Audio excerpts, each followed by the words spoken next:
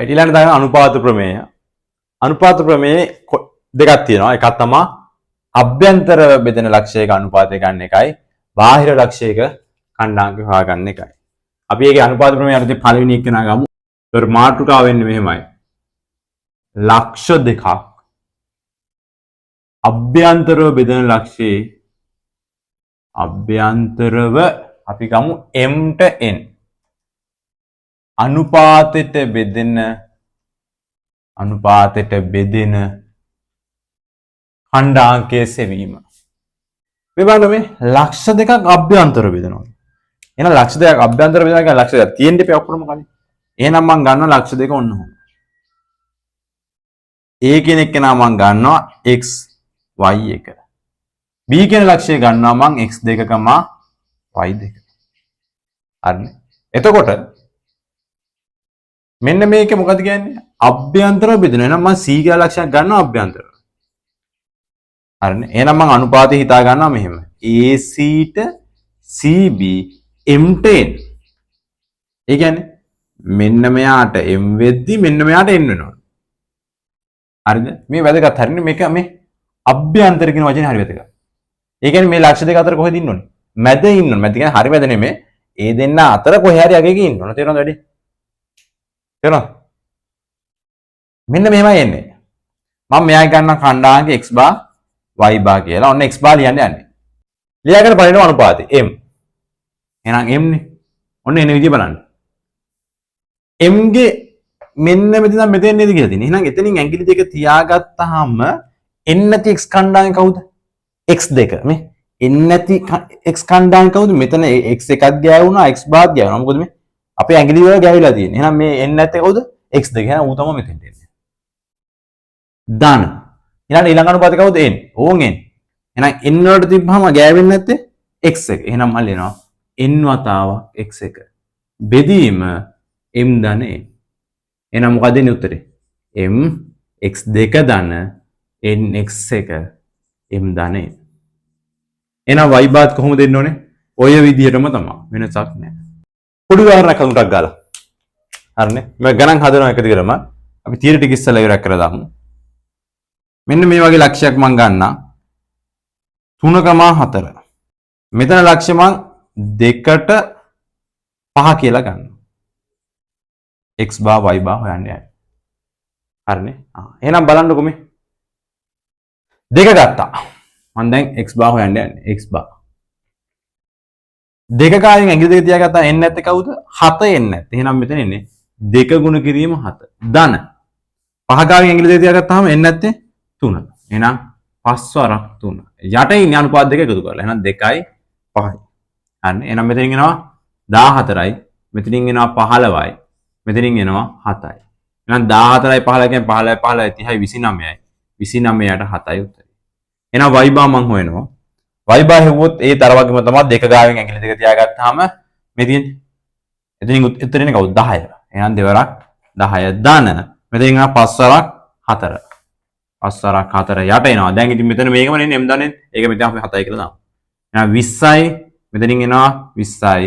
එහෙනම් 7යි ඒ කියන්නේ 40 බෙදීම 7. හැබැයි මෙතනින් ගන්න නැවතුත් වැරදි. වැරදි කියන්නේ වැරදි නෑ. ලකුණු 5ක් මිස් වෙනවා. ඔයාලට හොයන්න කියන්නේ කාගේද? C ගේ ඛණ්ඩාංකය. ඒතකොට ලියලා පෙන්නන්න. මේ C ගේ ඛණ්ඩාංකය කියන්නේ මොකද්ද? 29 බෙදීම 7යි 40 බෙදීම 7යි. ඔන්න අවසන්. ඔයාලා හැම වෙලාවෙම ගානක් ලිව්වම අහන්නේ මොකද්ද කියලා බලන්න. අහලා තිබ්බේ මොකද්ද අපේ?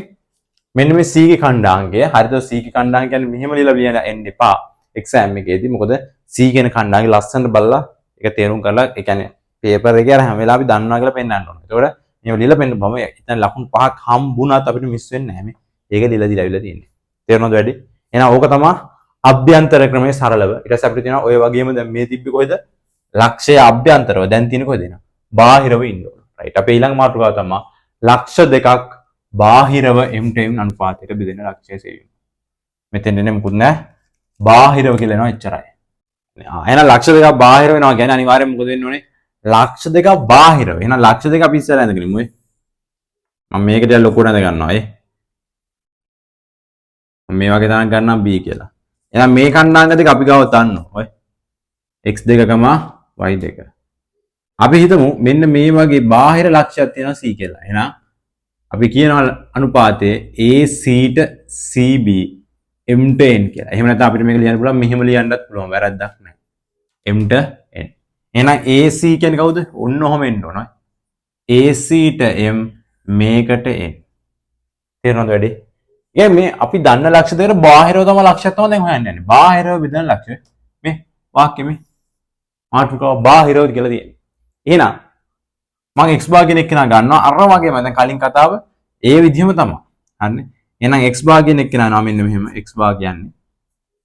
අර වගේම තියාගත්තා මේ m. n නැති x කණ්ඩායම කවුද? x2. එහෙනම් m වතාවක් x2.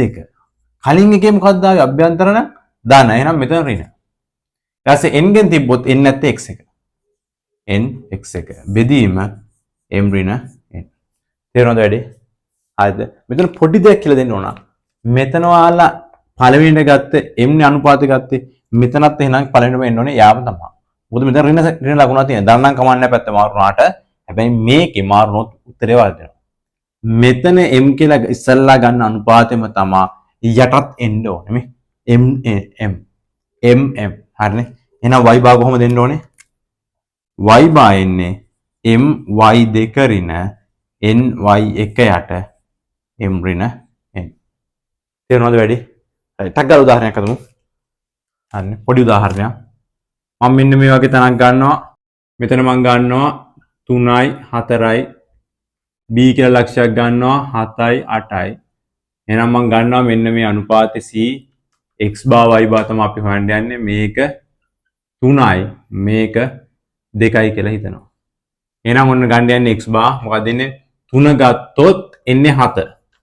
ඇයි මේ 3 ගාවෙන් ඇඟිලි දෙක තියාගත්තාම එන්නේ නැති x කණ්ඩායම කවුද මේ 7 ඍණ දේවතාවක් 3 බෙදීම අන්න මම කිව්වා මේ මෙතනින් අරන්න පුළුවන් මේ පළවෙනි ගත අනුපාතය මොකක්ද 3. එහෙනම් 3 ඍණ 2. එහෙනම් මෙතනින් එනවා 21යි. මෙතනින් එනවා 6යි යට 1යි. ඒ කියන්නේ 15යි උත්තරේ. y බා කියන්නේ 3 වරක් ගත්තම 8යි. ඍණ දේවතාවක් ගත්තොත් 4යි. යට එනවා 3 ඍණ 2යි. එහෙනම් මෙතනින් එනවා 8 වරක් 3 24යි. මෙතනින් එනවා 8යි. මෙතනින් එනවා 1යි. එහෙනම් 24න් 8ක් ගාන 16යි උත්තරේ. එහෙනම් c ගේ ඛණ්ඩාංක එනවා මොකද්ද? 15,16 කියලා එනවා. ඕක තමයි උත්තරේ. ඕක තමයි බාහිර අවස්ථාව. එතකොට හොඳට බලා ගන්න. ඒ කියන්නේ මේවා පාවිච්චි වෙනවා මේකටත් කලින් අභ්‍යන්තර ක්‍රමයක සෑහෙන්න පාවිච්චි කරනවා ග්‍රාම් මැද්දේදී. අභ්‍යන්තර ක්‍රමය ආයේ කොහෙද? මෙතන ධන වුණා එච්චරයි උනේ. හරිනේ. මේ කන්සෙප්ට් එකම තමයි මැද ධන වුණා එච්චරයි උනේ. ඒතර අභ්‍යන්තර ක්‍රමය තමයි ගොඩාක් මොළුවේ තියාගෙන ඉන්න ඕනේ. මේකට වඩා දැන් ඊළඟ මාතෘකාවට ඔතන තියෙන්නේ මධ්‍ය ලක්ෂයක් හොයන එක. ඒ කියන්නේ රේඛා දෙකක් කොහොම රේඛාවක් කොහොම තියෙනවා නම් ඒක හරියමද හොයාගන්නේ කොහොමද කියන එක තමයි දැන් ඊළඟ මාතෘකාව.